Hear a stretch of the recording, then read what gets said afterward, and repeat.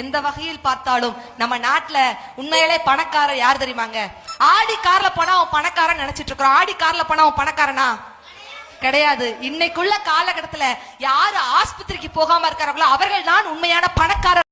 மெத்த வாங்கினே தூக்கத்தை வாங்கலே ஆரிவிட்ட நாய மெத்த வாங்கும் போதே 2 தூக்க மாத்திரை சேர்த்து வாங்கி அப்புறம் இந்த கண்ணால் ஆக்ஷன் எல்லாம் காமிக்காது.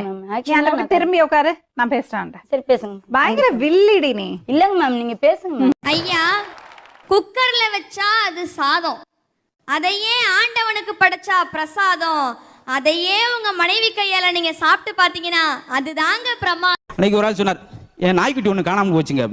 பேப்பர் விளம்பரம் கொடுக்க வேண்டியானா? என் நாய்க்கு படிக்க தெரியாதுல்ல, விளம்பரத்துக்கு என்ன? எல்லா ஸ்டேஜ்லயும் டான்ஸ் ஆடலாம், ஒரு ஸ்டேஜ்ல மட்டும் டான்ஸ் ஆட முடியாது. என்ன ஸ்டேஜ்னு தெரியுமா? அதுதான் கோமா ஸ்டேஜ். ஒரு அம்மா சாரி எடுத்துட்டு போய் ஃப்ரிட்ஜில் வச்சுச்சுங்க. கோவம் வீட்டுக்காரனுக்கு, ஏமா உனக்கு எதனா அறிவு இருக்காமா, புடவையை கொண்டு போயிட்டு ஃப்ரிட்ஜில் வைக்கிறியே அப்படின்னு. அந்த அம்மா ரொம்ப சைலண்டா சொல்லிச்சு, கட்டினது தான் குழுகுலுன்னு இல்லை, நான் கட்டிக்கிற புடவையாச்சும் குழுகுலுன்னு இருக்கட்டுமே தான் ஏன் கட்டிக்கிறேன்னு.